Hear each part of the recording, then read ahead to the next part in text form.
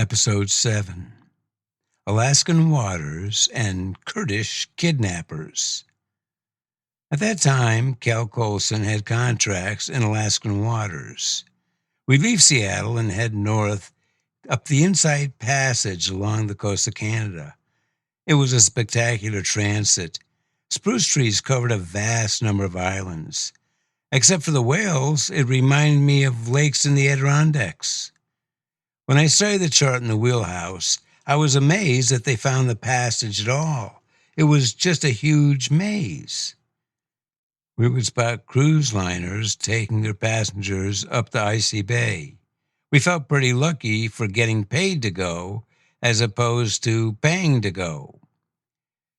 We worked in Cook Inlet, so I got to visit Seward, Homer, and the little crab town of Seldovia. On Homer Spit, we would frequent an old lighthouse that had been converted into a bar called the Salty Dog. When oil was first discovered in Alaska, oil workers from Texas and Oklahoma were hired to open up the industry. The Alaskans never cared for the Texans, and some graffiti in the restroom of the Salty Dog illustrated this. Scrawled on the wall was, "We Alaskans were nice to the Texans. We could have cut our state in half and made Texas the third largest state." There was also a cowboy hat sitting atop a pair of cowboy boots. The caption read, "A Texan with all the crap kicked out of him." When we first arrived in Seldovia, we tied the ship up and headed to the bar. We weren't there for more than 10 minutes till a local came in and asked who was the cook on that boat. I said I was. He asked if I wanted to trade for fresh king crab. We settled on a 10-pound piece of prime rib. The next morning, he showed up with 3 large black garbage bags filled with butchered crab, just claws and legs. We ate crab for 3 days. It was fantastic. The downside was that it spoiled me. Any crab I've had since has been frozen, and compared to the fresh is like comparing copper to gold. In Seldovia, one of the charter party had a thing with the mayor's wife. One night, the disgruntled townfolk cast our mooring lines off the dock and set us adrift. We almost piled up on the rocks, but we acted quickly enough to save the ship. The skipper had a meeting with the mayor, the malefactor was fired, and things settled down. Alaska is a great place. The scenery is spectacular, and the people are a different breed of cat from what you find outside. Outside is what they call the lower 48. I finished up the season and went back to Los Angeles. There was a couple in Redondo Beach that had lost their daughter to a cult called the Children of God, a.k.a. COG. When I say lost, she just wasn't in the cult. She was killed in the cult. They dedicated their lives to spreading the word about these groups. It was called COMA, Council on Mind Abuse. It was a clearinghouse for information about different cults. People would call them up with questions. The big question was, how do I get my kid back? This couple would refer parents to the right deprogrammers for the cult, usually an ex-member. This was all hush-hush, of course. They couldn't be seen as promoting kidnapping. We have the First Amendment in this country, which allows us the freedom to worship any way we want to. I worked in countries that didn't. All I can say is, God bless America. Now there's a difference between religious belief and practice. You can believe that cannibalism is fine, but in practice, it just ain't kosher. The couple in Redondo Beach that had started COMA retired, and COMA turned into CAN, Cult Awareness Network. CAN was eventually taken over by Scientology. People who called up and wanted information on cults were advised by a cult. What a world. Once the deprogrammer was hired, they would need, as we were called, snatchmen, but not in a bad way. Over the years, I only worked with two deprogrammers, Randy and Charlie. Randy had been in the Moonies, and Charlie had been in a Christian cult. We had lots of work. Parents would hire us to get their adult children. At the time, the cost to do this was about the same as a new car, between $30,000 and $40,000. The team usually would consist of one deprogrammer and 3 security men. Deprogrammers got $10,000. Security received $5,000 for each person involved in the kidnapping, plus $200 a day for watching the cult member 24/7. We also required open-ended plane tickets, hotel rooms, and a number of different rental vehicles. Each cult had its network of parents. They were in the same boat. They had all lost their children. Any news about one of the kids in their group was shared. Once we got a kid out, the phone didn't stop ringing. We depleted a number of these groups to the point where they were pretty much closed down. I think our record was taking 17 out of 25 total members. The deprogrammer took the lead. He or she would meet the family and listen to their story. First of all, he had to ascertain whether the group was in fact a cult. Everybody in the family had to be on board. If anybody wasn't, we weren't going to go through with it. It had to be a unanimous effort. Lastly, the cult member had to have something to come back to. If the family was a real mess, the parents were drunks, they were abusive, or for any reason it was felt that it was a negative environment, the job would be turned down. The stakes were just too high. Once the deprogrammer felt that it would be a good job, the Avengers would assemble. "The boys are back in town" was our song. Over the years, I worked with a handful of men. I preferred to work with big guys because intimidation is always better than force. You're more apt to do what you're told if the person telling you has got 100 pounds on you. One of my friends, my favorite guys, was a Kurd named Omar. He was as big as a monument, with jet black curly hair that he wore in the style of the ancient Assyrians. He'd grown up in Iraq, the son of an oil millionaire. He lived in a mansion and went to school in a chauffeur-driven limousine. Talk about white privilege. When he was 17 years old, Saddam Hussein took over his country. His goons showed up at Omar's house and told his father that he no longer owned his oil field. The state did. However, he was going to be allowed to continue to manage the production. A month later, they returned. They called Omar's father and one of his cousins out to the front lawn and executed them.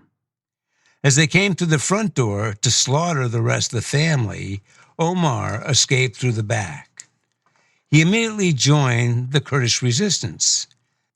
He said in the first week, he killed 20 Iraqi soldiers and 4 officers. His leader was Masoud Barzani, who today is the president of the Kurdish regional government in Iraq. He is the son of Kurdistan's most famous revolutionary, Mustafa Barzani. Omar waged war against the forces of Saddam for 4 years. By the time he was 19, his exploits on the battlefield were legendary among the Kurds. As a rebel, he was the real deal. As far as I could tell, he was fearless and always hungry. I heard stories about him from one of his subordinates who said that in Iraq, Omar was his captain. He told me how Omar, and 5 other Kurds engaged 40 Iraqi soldiers. It was night, and the Iraqis had made their camp in an area with chest-high brush. Omar instructed his men to form a half a circle around the Iraqi. His plan was to open fire and then move about a quarter of a way around the circle, all while firing so the Iraqis would think they were surrounded by a much larger force. After just a few barrages, they saw a soldier waving a white flag. After the surrender, they came to find out that it was the soldier's white underwear he'd been waving. Omar had been invited to a wedding. On the way there, he was stopped by 2 Iraqi policemen. He was a wanted man. There was a reward on his head. He was worth much more alive than dead because of the intelligence he possessed about the Kurdish rebels. It was more of a benefit for the police to capture him than kill him. Omar knew this. Once the police realized who he was, they ordered him out of the car. Omar did not comply. So both attempted to wrestle him out of the vehicle. That was their undoing. Omar quickly rendered them both unconscious and put them in the trunk of the vehicle. I asked him, well, what'd you do with them? He told me he took them to the wedding, where they were tied to chairs during the nuptials. When it was over, he left them there, and the wedding party disposed of them. Another time, Omar was captured and put on trial for treason. The judge told him that he was going to hang in the morning. Omar said, I don't care if I hang, but you've got to feed me. I be dead before morning. We were doing a job in Florida in adjacent hotel rooms. As I recall, on this job, the boy was a Moonie, and he'd been allowed to visit his family because his brother said he was interested in joining the group. Of course, this was a ruse, but it allowed us to gain custody of the boy. The brother and I picked him up in the brother's van. The brother told him that he had arranged to go snorkeling with the manatees. I was introduced as the dive guide. We pulled into the hotel ostensibly to pick up dive gear. The cult member's father was a friend of the county coroner who had enlisted the aid of the sheriff to keep the Moonies away from our location. It was the one and only time that we had the cops on our side. They said if the cult showed up, they'd get rid of them for us. One of Moon's bugaboos was the communists. He'd claimed to be in their work camps. Once the boy was in the hotel room, Omar stood behind him and pinned his arms to his sides so he could be searched. They often carried knives. The boy asked, is this a robbery? Someone said, a robbery? Your dad and your brother are standing right in front of you. The boy then asks, are you communists? Omar releases his grip on the boy's right wrist, brought his hand to his mouth, and kissed his trigger finger. Omar said, communists?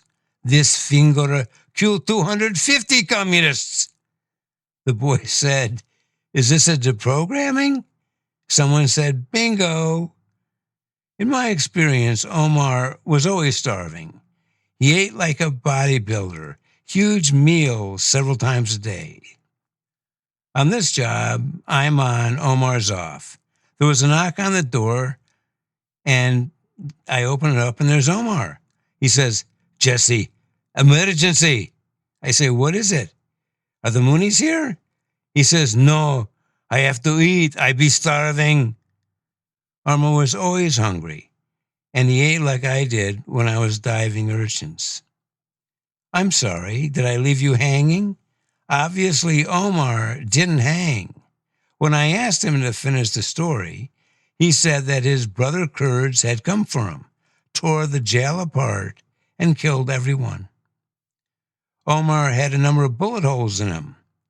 His hands were scarred because he had charged a machine gun bunker, grabbed the red-hot gun barrel that protruded from the bunker, ripped it out of the bunker, turned it around, and killed the gun crew. The battle occurred on a mountain called Sosan. He would later give his daughter that name. He became a legend and a hero to the Kurdish people. He was important enough politically for the CIA to get him out of Iraq and to England. From there he came to the States. To Omar, America was like living in Disneyland. Another guy we worked with a lot was a southern boy from Tennessee named Rick. Nobody called him that. Everybody called him Wolf because he told a story about opening up his gym locker one day and he said it stank like wolf pussy. Nobody asked him how he knew what wolf pussy smelled like, but the nickname stuck. He was a big old country boy, but he was a lot smarter than he looked, and he was as cool as a cucumber. The deprogrammings were pretty much the same. The challenge was how to grab a person and get away with it. We used a white cargo van with no windows in the rear. If we couldn't get one, we would tape paper over the back windows. We always had a big mattress in the van and a parent. Being grabbed off the streets is traumatic enough. We always had a parent in the van to assure the child.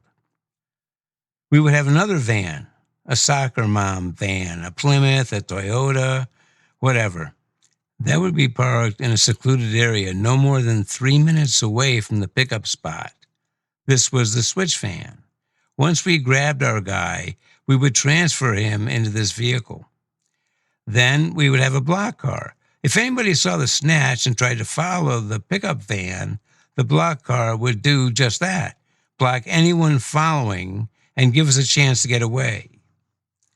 We got a job in Southern California, getting a guy named Varus out of a small Christian cult. The leader apparently was the prophet of God. The cult had 2 houses which sat side by side, one for girls, one for boys. The street that they were on ended in a cul-de-sac. There was no parking on the house side of the street, so we had to set up on the other side of the street, which meant we would have to turn around once we grabbed our boy. We would get together about 4 or 5 days before the pickup. Everyone would work on the snatch plan. We would try to anticipate anything that might happen in the pickup. We would take glee in shooting each other's ideas down. Once we came up with a bulletproof plan where all contingencies had a solution, we'd go forward. Varus's group made their money by other members holding jobs, sometimes more than one. All the money would go to the leader. Varus worked at a pizza shop, and a fellow cult member did as well. We had surveilled the pizza shop and realized there was no way we're going to be successful if we tried to grab him there. This left the house. We bought coveralls and had them embroidered with A1 lawn care on the back. We got black stick-on letters and put A1 lawn care on both sides of the van. Varus drove a little blue pickup truck, which was parked directly across from the house. Both the houses emptied at 8 o'clock. Everyone came out on the way to work. We had pulled the van parallel with Varus's truck, so it was blocked from view from the house. A few minutes earlier, we had lifted the hood of the van to give the impression that we were broke down. Omar was up the street in the block car facing our exit. Wolf was pretending to work on the engine. Our deprogrammer Charlie was at the wheel. Varus's mother was in the back with me, and I was ready to open the sliding door. Earlier in the week, Varus's mom had begged her son to go to lunch with her. She hadn't seen him in over a year. If he was free to come and go as he pleased, why couldn't he come to lunch? He told her he was just too busy doing God's work. We had positioned the van so Varus had to go around it to get to his truck. As he approached the truck, Wolf yelled at Charlie, "Try it now." Charlie started the vehicle. Wolf closed the hood just as Varus passed behind him. He followed Varus around the van and said, "Hey, can you help me a minute?" Varus turned to face Wolf with his back right in front of the van's sliding doors. Charlie nodded to me. I opened the door. Wolf gave Varus a push into the van. I grabbed him under the armpits and pulled him in onto the mattress. Wolf followed him in and closed the slider. Varus spied his mom and said, "Are we going to lunch?" The sidewalk was filled with people as we pulled out and headed up the block to the cul-de-sac. We turned around, come back down the street with Omar in the block car following in behind us. People on the street were just milling around. No one seemed to notice that Veris's truck was still there, but he wasn't.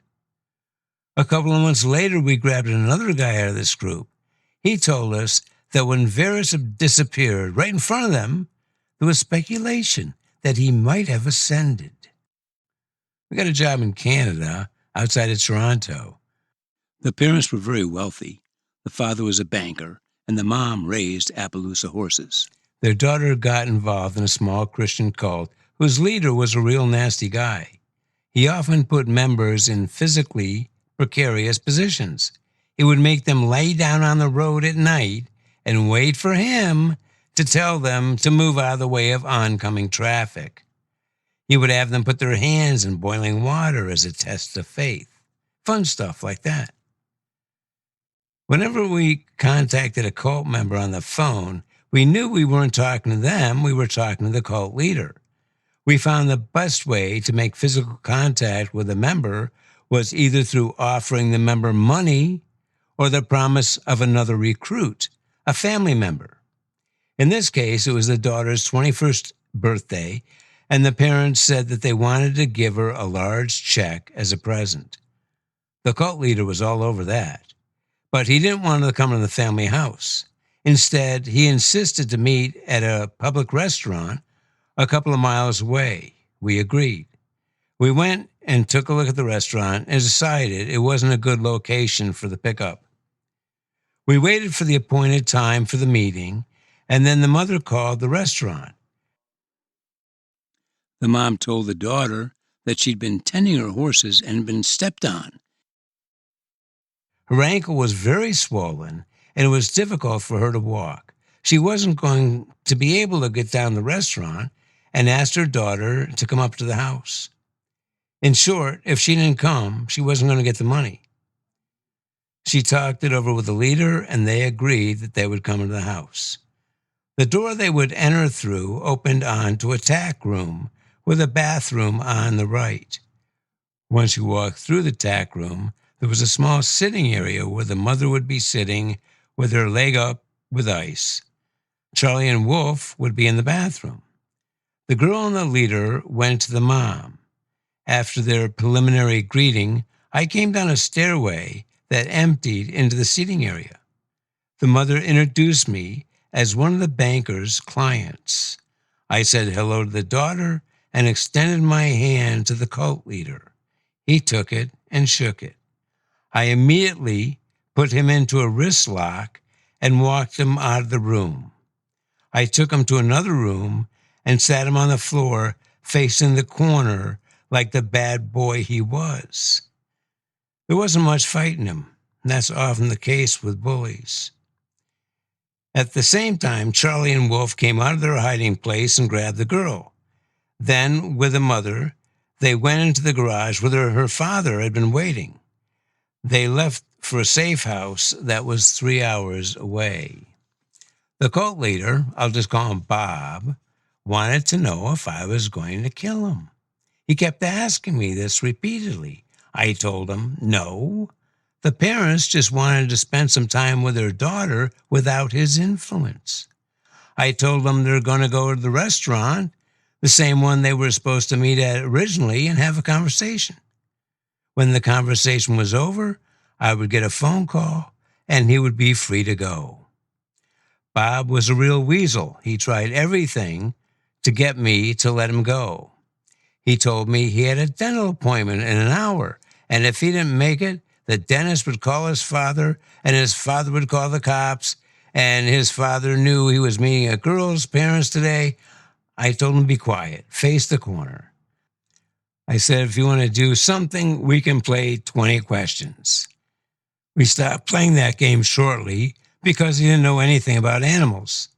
At one point, I explained to him that chipmunks were not in the weasel family.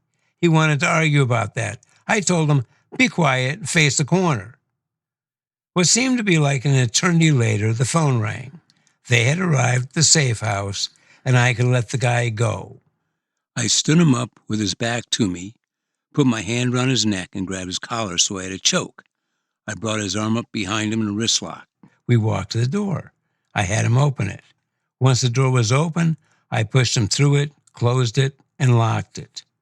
I watched him through the window as he went to his car and opened the trunk. He pulled out a shotgun and came back toward the house. I unlocked the door because I didn't want him damaging it. I went upstairs to a bedroom. I closed the door and stood along the wall right by the doorknob. He came into the house. I could hear him searching downstairs.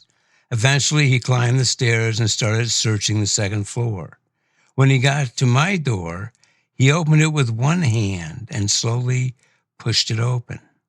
As the barrel of the shotgun entered the room, I grabbed it with both hands and jerked it out of his grip. I spun the gun around, pointed at him, and said, "You asked me if I was going to kill you. I'm thinking about it now." He was really scared. There was a lot of begging and pleading as I marched him back out of the house. This time, he left. There was another car in the garage for me. I got in it, headed for the safe house. After half an hour, I called Charlie to let him know what happened and that I was on the way. He told me the cops had already called to see if the banker and his family were all right. The cops wanted to talk to the daughter. The father told them that she and her mother were out shopping and would be back later. The cops didn't seem convinced because the father wouldn't tell them where they were. He just told them everything was fine and he and his family were having a little vacation. After leaving the house, Bob had gone right to the cops and told them a group of terrorists, probably Muslims, had kidnapped the whole family. Bob said he barely escaped. So the Mounties were on high alert, and I heard they always get their man. The car was registered to the family, so I drove to the airport and rented one. While I was there, I shaved my mustache and bought a Montreal Canadian jersey with a matching cap. I made my way to the safe house, and the next day, the girl was in good enough condition to talk to the cops and not rat us out. Spring had sprung, and I was headed up to Seattle to board the Seabird to Nome, Alaska. We got to cruise through the Inside Passage like rich folk once again and stopped at Ketchikan in southeast Alaska for fuel. Ketchikan is a rainforest. The forest drips with water. Everything is moss-covered and green. We came out of the Inside Passage at Cape Decision and headed west to Kodiak Island, where we put in for repairs. We had hit a log or a whale and thrown one of the props out of balance. Kodiak was a big fish processing town with a lot of people from all over the world, either working on processing boats or for processors on the island. We left Kodiak after a day or two and headed to Dutch Harbor on Unalaska Island in the Aleutian chain. We had about a month's work to do off Dutch Harbor before we headed to Nome. Dutch Harbor was rough and ready. In Alaska, the fellows take their pool very seriously. No slop shots. Every rail, every ball, every kiss and pocket have to be called. In Alaskan bars, half the fights are over the pool table. At that time, Dutch Harbor was a fish processing town like Kodiak Island. It harbored crabbers. Their pots were stacked everywhere, as well as a fleet of fishermen to keep the processing plant supplied. The Unisea Inn was the only bar in town. It was owned by the Unisea Industries. They were the giant fish processing corporation at Dutch Harbor. Once again, people came from all over the world to work at this plant. 12 hours a day gutting and cleaning fish. Cold, wet, slimy, smelly work, and the pay wasn't great. After people worked, they want to go to the Unisea for a drink and a game of pool. The workers could run a tab at the Unisea. They said it was like the company store. Dutch Harbor was pretty cool in a barren sort of way. It was mountainous, green, and without a tree on the island. Living on an Aleutian island is a tough business. It's in the middle of the North Pacific. There had been an American Air Force base on Dutch Harbor during the Second World War. It had the highest suicide rate of any Army base. There was a sound reason to put an Air Force base there. In 1942, the Japanese invaded and occupied two of the Aleutians, Attu and Kiska. On June 5, 1942, 6 months after Pearl Harbor, the Japanese struck American soil for the second time and bombed Dutch Harbor. At the end of the attack, 43 were dead and 50 wounded. The barracks and military structures are still there. There were concrete pillboxes on the beach. The bombed wooden barracks are still standing. I was so surprised to see that they were preserved so well. When I was there, the native Aleuts had been given the property, but they had not come up with a plan for it. They'd been given 10 years to do so. Time was running out, and at that point there was no resolution. I had gotten my brother a job on a sister ship on this particular trip. He and I stood in one of these barracks looking at the bomb hole in the roof, and we ate a bunch of mushrooms. I don't remember the rest. All right? As barren as the islands are, they've been populated by the Aleutian people for millennia. In 1741, Alaska was colonized by the Russians. Do you see a pattern of colonization emerging? The waters of the Aleutians are rife with life. You like how I did that? They came for the walrus and the fur from the sea otters, seals, and foxes. They sent ships full of mammoth ivory they found lying on the tundra back to Russia. After 110 years, they had depleted the area's resources to the point where most of the settlements were abandoned. In 1867, Lincoln's Secretary of State, Little Billy Seward, as his mama called him, bought it for the U.S. for $7.2 million. Think about this, dearly beloved. The human race can live on a windswept island with no trees in the middle of the ocean, where a beautiful summer afternoon is 50 degrees. We can live right on the equator, where the daily temperatures average 88. What other species can adapt like we do? Did I mention my enthusiasm is boundless? My real name isn't Pollyanna. I know we have flaws. One being that we're not nearly as smart as we think we are. But I digress. One night, at the Unice bar, I put a quarter on the pool table for the next game. I sat nearby in a captain's chair. One of the shooters, a big fisherman, came over and told me I would have to wait. They were playing 2 out of 3 games. I told them they should have put their quarters up to hold the table. I told them the winner controls the table, so if you can beat me, you can have it back. He started barking and his chest got all swollen up. My arms were on the armrests of the chair. He grabbed my wrists and pinned them down the chair. He reared back to headbutt me. Before his head came down, I kicked him in the groin from my seated position. He let go, bent over, and grabbed his junk. I kicked him again in the face. He fell backwards, hitting his head on the pool table, and he was out like a light. I never left my chair. People started coming over to investigate. I just looked surprised, shook my head, and shrugged. Apparently, I was quick enough that nobody had seen enough to be sure of anything.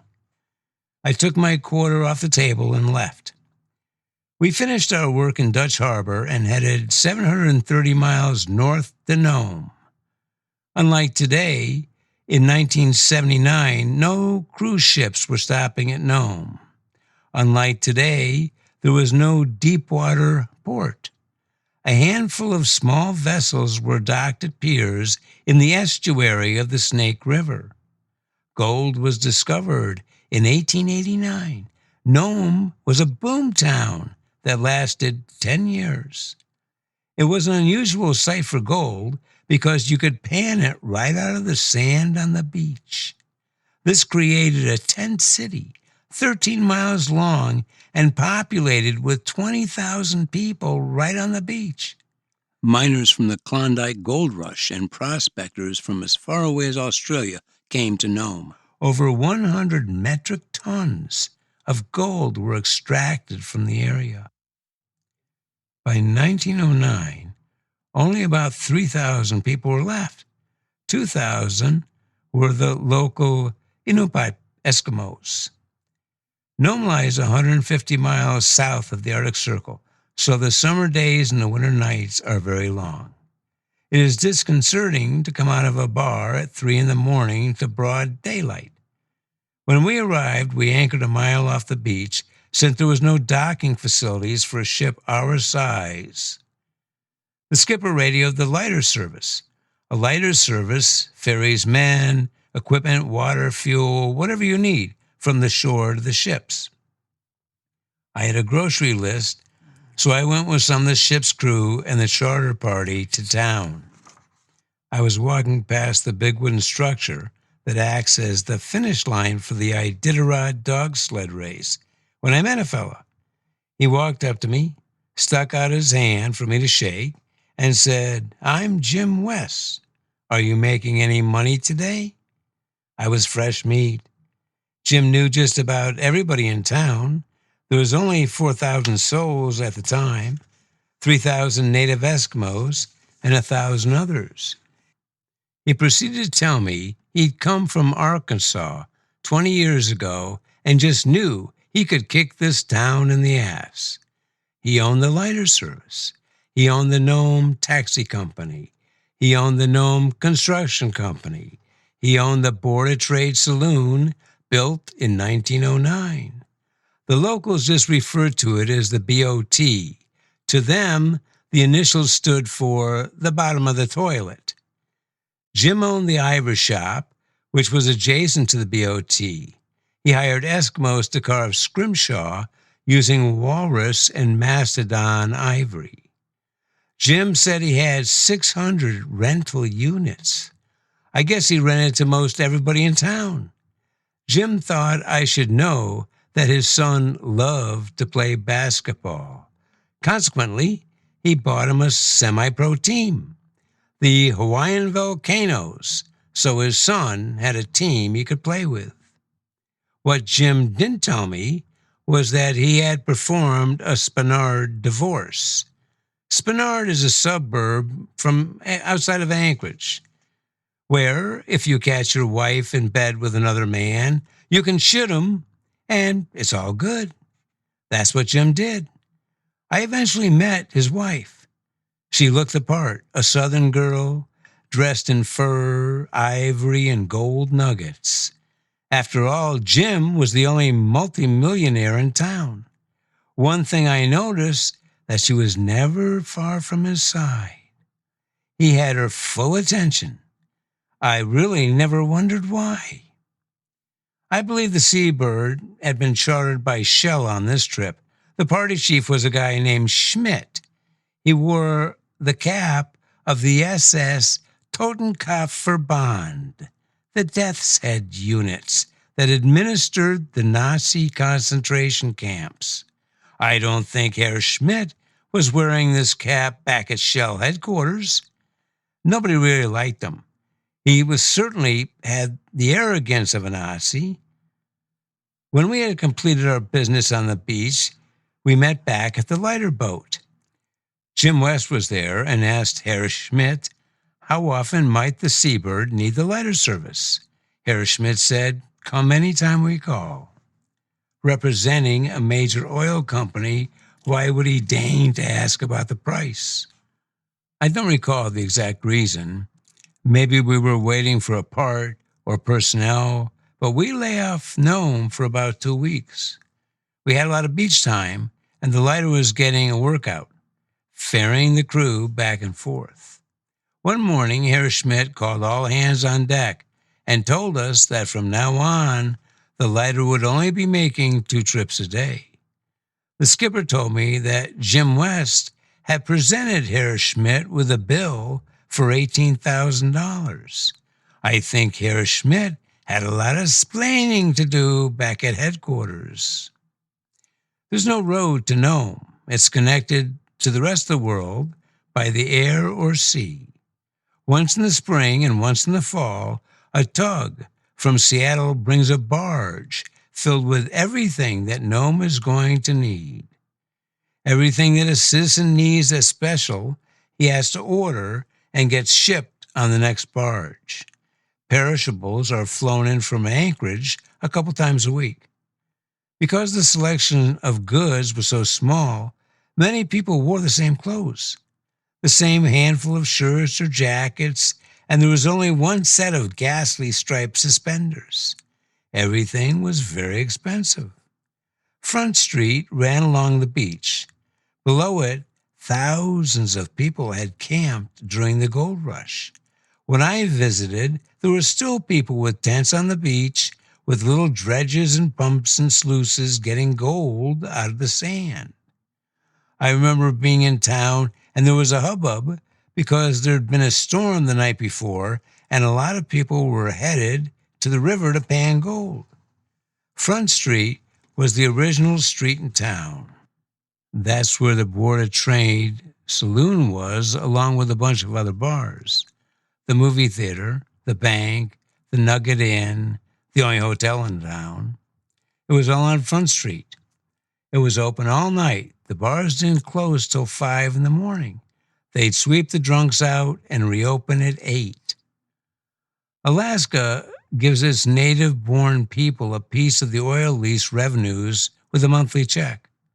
At the BOT, Jim would sell the Eskimos beer $1 cheaper than any other place in town. If you wanted to hang with the Eskimos, you knew where to drink. These Eskimos lived about as far north as anybody on the planet. They share their quarters with a polar bear and hunt the same game: whales, seals, and walrus. They travel by dog sled and can live in a house made of snow. I don't know about you, but I'm impressed. Their survival required that they share whatever resources they had. They look upon each other as brothers. What a concept. Because of this, sharing women, historically a shamanistic ritual, was the norm. No Eskimo ever performed a Spanard divorce. The Eskimo girls were very hospitable. My messman and I were walking down Front Street when the movie theater let out. A crowd started down the sidewalk toward us. An Eskimo girl broke from the crowd and ran up to my messman. She said, "Where have you been all my life, you fox?" Can you believe it? He went with her and just left me standing on the sidewalk. The ship had a skiff about 15 feet long with an outboard motor. There was a crane on the top deck that we used to lower it into the sea. Skipper Fritz wanted to go to town. He was a sailor. He had his own boat. He didn't need to call the lighter service. He asked me to go with him. So we get in the skiff and head toward the beach. It's about a mile away. The outboard dies halfway. We play with it for a minute and realize it's shot. The current is driving us west toward Russia at an alarming rate. Nome is getting farther away. We have no communication, no food, no water, no first aid kit. All that stuff was stored with the life raft back on the Seabird. We were 500 miles from Russia, and for propulsion, we had a 3-foot broken oar.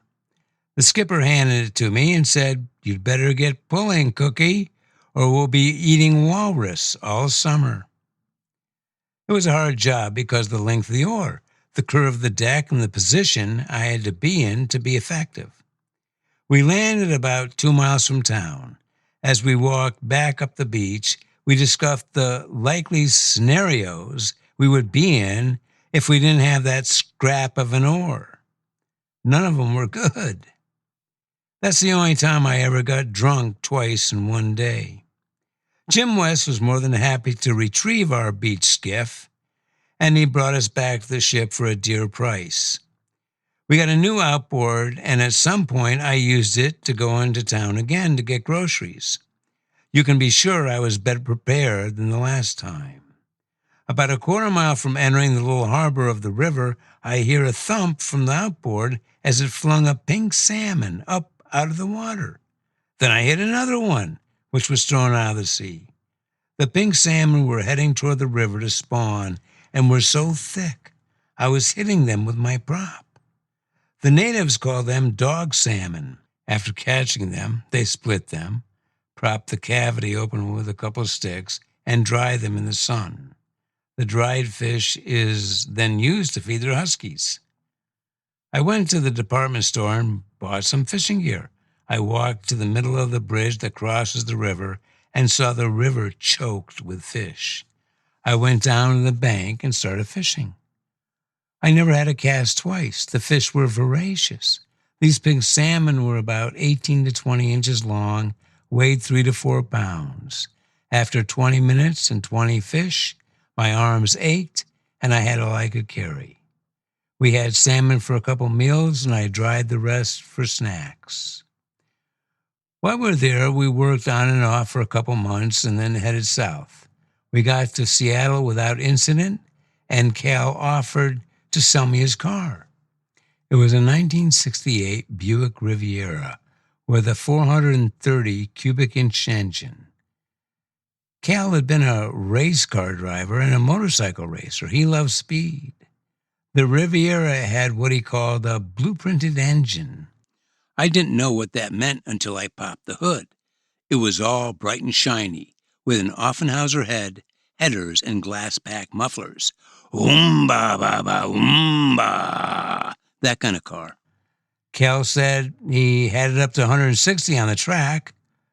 I drove it back to Los Angeles. Dear listener, if you have enjoyed this episode, please share it. A 5-star review on Spotify or wherever you listen would be greatly appreciated. You can follow me and my Mastiff, Drax the Destroyer, on the It's in the Blood Facebook page. Or you can send me an email at jesse.it'sintheblood@gmail.com. Thank you so much for your support.